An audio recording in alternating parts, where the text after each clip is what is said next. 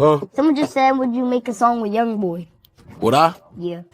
I don't know. That's a good question, man. So That's a great question. The internet moves fast, but rapper beef moves faster, and when two worlds collide, NBA YoungBoy's unfiltered call-out energy and Herbo's name in the crosshairs, the timeline doesn't just react, it combusts. This one didn't start in a studio, a podcast, or a shady Instagram caption.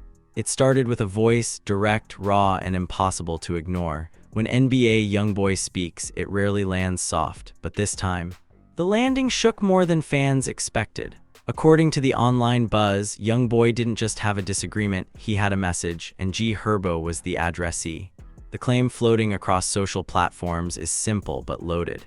Playing both sides in loyalty games can get dangerous, especially when the wrong person feels crossed. And now, fans are convinced they're watching tension escalate beyond rap commentary into something much darker. At first, the clip felt like classic YB energy, emotional, reactive, and brutally candid. He talked about respect, authenticity, and trust like someone reading off a checklist of betrayal symptoms. But once the internet heard both sides, it heard everything else unsaid. Comment sections went from debating rap politics to mapping out timelines, motives, affiliations, and the unspoken rules of street loyalty in the rap ecosystem. People began comparing past interactions, past collaborations, and the invisible lines fans believe should never be blurred. Nobody is confirming anything, but nobody is dismissing the tension either. Because this isn't just about what was said, it's about what fans believe might have been brewing for a long time. Now the conversation has entered its most viral phase, not evidence, not confirmation, but narrative momentum. Fans are shocked, observers are taking sides, social media detectives are zooming into old moments with new suspicion. And the biggest question echoing across feeds right now is the same. Did this beef stop being about words and start being about consequences? Stay locked in because the next part of this story feels like it's still loading, and trust, nobody wants to refresh too late. The moment NBA YoungBoy's call-out hit the timeline, the first thing fans noticed wasn't anger, it was urgency. He delivered his words like someone speaking from the edge of frustration, the kind of frustration that feels personal, not promotional. The clip spread through TikTok first, then Instagram, then X, and by the time it reached YouTube repost pages, the comment sections had already turned into digital courtrooms where everyone had a theory, a side, or a prediction. The public wasn't just watching a feud.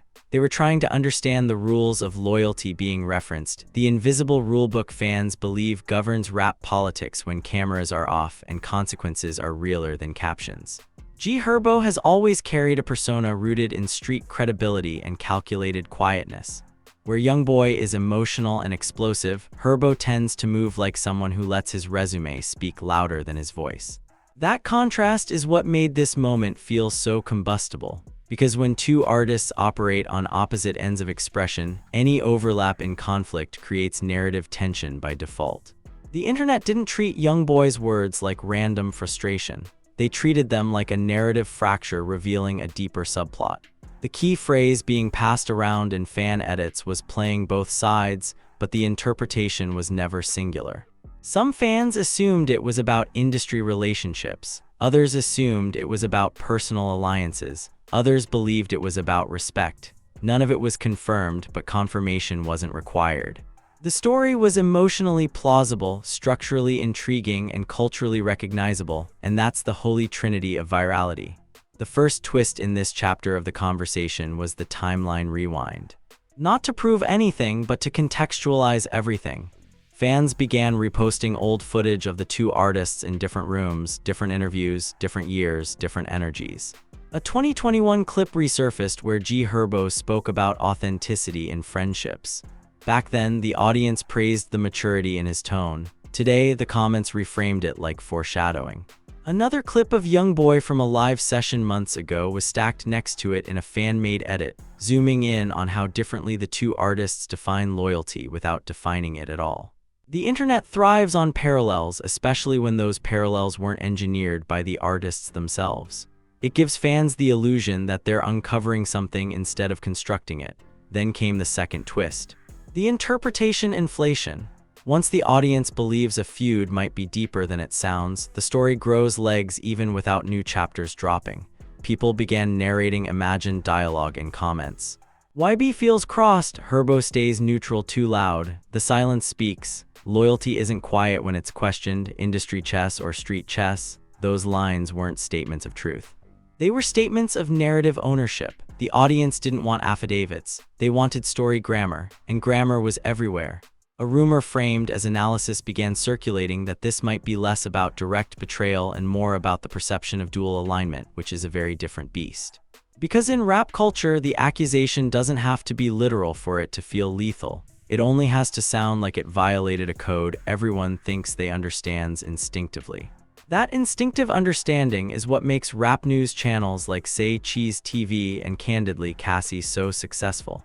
They don't just report drama, they report the emotional implications of drama while letting audiences argue about the truth themselves. And that's exactly how this story was now behaving. The third twist arrived through the fan identity shift. The conversation stopped being about two rappers and started being about the audience archetypes surrounding them. The YB fanbase tends to expect emotional transparency and loud loyalty declarations. The Herbo fanbase tends to expect calm strategy and reputation-first movement. When those expectations collide, the conflict feels tribal even when the claim isn't. Comments like "we ride with honesty," "we ride with consistency," "neutral is a side when loyalty is the question" began spreading like fan slogans. None of it had factual weight, but it had identity weight. Identity weight trends harder than fact weight on social platforms because identity weight gets defended, debated, reposted, and personalized. Fact weight gets cited. Identity weight gets fought for, and social media loves nothing more than a fight the audience thinks it owns a stake in. The fourth twist was the digital mythology crossover. Future's personal life has long been part of the rap conversation, but G Herbo's world tends to orbit differently. So when fans began dragging Future-style mythology into a G Herbo conversation, the internet started treating the rumored beef like a multi-season crossover event. Again, not factual, just narratively thrilling. Someone tweeted, "This isn't beef, this is universe collision," and within minutes that line was being reused in captions and thumbnails like it was a tagline. Taglines spread faster than context, and context spreads faster than confirmation. Another fan theory argued that maybe this feud felt darker because of YoungBoy's delivery, not Herbo's actions. The delivery sounded like someone who had felt something deeply, privately, and for a long time. That kind of delivery invites narrative projection. Projection is what makes stories viral because projection turns spectators into emotional participants. The internet didn't need Herbo to respond to escalate the conversation. The silence itself became the response. And silence is the loudest non-statement the algorithm has ever rewarded. By the time YouTube creators began turning the moment into scripted voiceovers, the narrative had already split into 3 lanes that all performed simultaneously. Industry loyalty politics, personal alliance speculation, and street code mythology. The truth of which lane was correct didn't matter because the algorithm rewards competing narratives more than it rewards correct ones. Competing narratives keep people watching longer, arguing louder, and refreshing more frequently. And frequent refreshes equal retention loops. Retention loops equal virality. Virality equals recommendation dominance. Of this feud didn't end with a mic drop. It ended with a lens shift. The lens is now owned by the audience. And once the lens is democratized, the story becomes immortal until the internet decides it wants a new protagonist to interrogate. Right now, nobody wants a new protagonist. They want the next twist, because this twist wasn't enough. It was just the permission slip, and permission slips don't conclude, they escalate. Escalation always has a second wave, and the second wave is where the audience goes from curious to convinced they're watching something dangerous unfold. Cracked the lens, weaponized the tension inside that crack. Because now the internet wasn't just building theories, it was stress-testing reputations, alliances, ego, and history in real time. And once a story becomes a stress test, every old moment becomes a pressure point. The first pressure point fans locked onto was the collaboration era. Years ago, G Herbo and NBA YoungBoy were adjacent in the same rap orbit, appearing in shared playlists, interviews, and industry conversations. Their energies were never identical, but they were complementary enough for fans to believe a mutual respect existed, even if it was never loudly declared. But respect that isn't loudly declared is the easiest kind to reinterpret when tension arrives. One YouTube creator reposted an old clip with the caption, "Remember when this felt like unity?" And that one sentence carried more narrative impact than any direct claim could.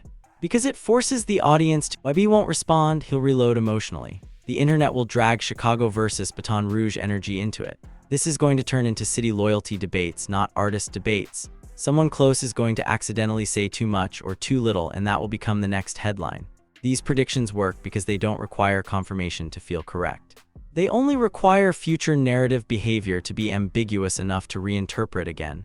And that's exactly where the story now stands, not collapsing from accusation, but expanding from interpretive pressure points the audience believes were violated emotionally, not literally. Because the most viral beef isn't the one that's proven deadly. It's the one that feels narratively lethal without ever concluding. By now, the conversation had fully transformed from call-out clip to narrative battleground, and narrative battlegrounds don't require facts to escalate, they require emotional pressure points. The internet was no longer reacting to a feud, it was reacting to the meaning of loyalty, neutrality, ego, cities, and code switching in rap culture. Didn't add new proof, it added new weight to the implications, which is exactly how viral rap commentary evolves. Suggestion becomes structure, structure becomes theory, and theory becomes emotional canon. The next dramatic surge came when audiences began breaking the conflict into unspoken character motives. Fans started assigning emotional internal monologues to both artists without claiming them as real, because the internet loves imagined psychology when real psychology isn't publicly available. For YoungBoy, the imagined motive circulating was emotional injury dressed like principle. For Herbo, the imagined motive circulating was diplomacy dressed like armor. Neither was confirmed, but both were narratively functional. And narrative functionality is more viral than factual confirmation because it gives every viewer permission to feel right while still asking for more. TikTok reenactments became longer, more cinematic, and more audacious. Creators staged imagined scenes where YoungBoy confronts Herbo not with fists or guns, but with emotional vocabulary sharp enough to sound threatening. You treat loyalty like PR, I treat it like pulse. You shaking hands with rooms that don't bleed for you. I don't beef for clicks, I beef for consistency. You can't remix roots when people think you're the feature. These lines weren't being presented as truth, they were being presented as dramatic interpretation scripts, the same way rap news channels narrate tone instead of incidents. But the internet reacted like these were coded leaks because code leaks don't need to be proven, they need to sound culturally possible. Possible things travel faster than proven things online. The next viral twist was the city allegiance takeover. Chicago and Baton Rouge became emotional continents in the comment wars. People who had never even visited either place began defending them like hometowns because rap feuds always grow bigger when geography gets added. Someone posted, "Chicago don't do double alignments, Chicago do declarations," and Chicago fans went wild. Someone counterposted, "Baton Rouge don't negotiate loyalty, it detonates it," and YoungBoy fans claimed that one. Suddenly the feud wasn't artist versus artist, it was energy versus energy, and energy wars outperform personal wars every time because more people can participate. Not everybody knows the artists personally. Everybody understands energy personally. The next twist came from the social domino effect. Once loyalty gets questioned, the internet starts scanning not just the two people in conflict, but the people around the conflict. This is where speculation becomes a spectator sport. DJ Arcade Mix, No Jumper, Say Cheese TV, Candidly Cassie fan pages, Chicago Drill Hubs, Louisiana Rap Hubs, NBA YoungBoy archive accounts, Herbo lyric pages, neighborhood storytellers, influencer commentators, and even casual meme pages all began reposting the same clip, but with different narrative angles. And when a story has multiple entry points, it gets algorithm priority. Algorithms don't reward one version of a story, they reward the existence of many competing but interconnected versions of a story. Interconnected competition keeps people watching longer, switching apps faster, and refreshing feeds more frequently. Another layer entered when fans began turning lyrics into evidence-like debate prompts. Herbo lines like, "I never leave my brothers in the cold," were now being reframed in questions like, "But what if someone else defines cold differently?" YoungBoy lyrics like, "I cut off love if it ain't loyal," were reframed like, "But what if someone else defines loyal differently?" Again, nothing was being claimed as real-world violence. It was all being framed as interpretive lyric diagnosis. But lyric diagnosis is more viral than violence allegations because lyric diagnosis can't be defamation, it's critique of art, not life. And critique spreads safer and faster. Then came the emotional fracture point that pushed retention even higher: betrayal ambiguity without betrayal confirmation. The internet realized there was no direct accusation of a specific incident, and that made the story even more powerful. Because if someone had confirmed something deadly, the narrative would narrow. Narrow narratives have short lifespans, but this one stayed wide, wide enough for theories, wide enough for reenactments, wide enough for city wars, wide enough for lyric debates, wide enough for emotional investment without legal exposure. This is the sweet spot of rap news virality, danger implied through tone, not through incidents. Hit full momentum, the audience was no longer asking for confirmation from the artists. They were asking for confirmation from each other. That's how you know a story is viral. When the source is irrelevant and the audience becomes the engine. Viewers were debating loyalty formats, neutrality optics, ego mechanics, geographic energy codes, lyric interpretations, collaboration symbolism, unspoken codebooks, emotional ammunition versus emotional armor, hindsight prophecy framing, narrative completeness betrayal, and city mythology takeovers. Not one of these angles needed to be factually true. They only needed to be emotionally operational. Didn't conclude anything about the feud. It concluded something about the audience's role in it. The internet had become producer, jury, narrator, casting director, script supervisor, energy translator, lyric auditor, city spokesperson, and theory accelerator. That's why the story still feels deadly, not because violence was confirmed, but because the audience confirmed its emotional stakes. And emotional stakes are always more viral than factual ones because emotional stakes don't resolve, they echo. The echo didn't fade, it got remixed. Once the internet became the engine of the story, no longer needed a new trigger because the audience itself had turned every interaction into a potential narrative landmine. This is the phase where rap beef stops being a moment and starts being an environment. Not a confirmed hostile environment, not a documented one, but one fans have built brick by brick through interpretation, projection, and emotional stakes. And the internet loves an environment because an environment gives a story unlimited room to evolve without ever feeling repetitive. The biggest shift was the motivation inversion. Instead of asking what sparked the tension, the audience began asking what sustains it. Because viral rap drama is rarely about origin, it's about aftershocks. One aftershock came when users started dissecting the economics of loyalty optics. They argued that modern rap ecosystems reward visible allegiance more than invisible consistency. So if Herbo stays quiet, people assume calculation. If YoungBoy stays loud, people assume authenticity. Neither assumption requires truth to trend. It only requires contrast, and contrast is the algorithm's favorite protagonist when humans are still choosing sides. Another aftershock hit when YouTube commentary channels began scripting imagined phone calls, studio run-ins, and off-camera confrontations. Not presented as leaked audio, but as if this conversation had happened privately. This is how it would sound emotionally. That framing gives creators freedom to dramatize without claiming reality. One creator staged a voiceover with lines like, "You owe the streets clarity, not captions." Another countered with, "I owe nobody noise, I owe them consistency." And then a third creator stitched both together and said, "Maybe the problem is that loyalty today has two currencies. The currency of presence and the currency of principle, and these two artists spend differently." That third perspective went most viral because it didn't pick a side. It created a framework where both sides could keep arguing forever. Frameworks outperform conclusions, always. The next aftershock was the trust taxation debate. Fans argued that once an artist reaches mainstream scale, their street credibility becomes a public resource everyone feels entitled to audit. That audit comes with taxes: suspicion taxes, neutrality taxes, silence taxes, visibility taxes, collaboration taxes, history taxes, reputation taxes, lyric taxes, city taxes, and narrative taxes. Not literal taxes, but interpretive burdens that feel financial when reputations fluctuate at scale.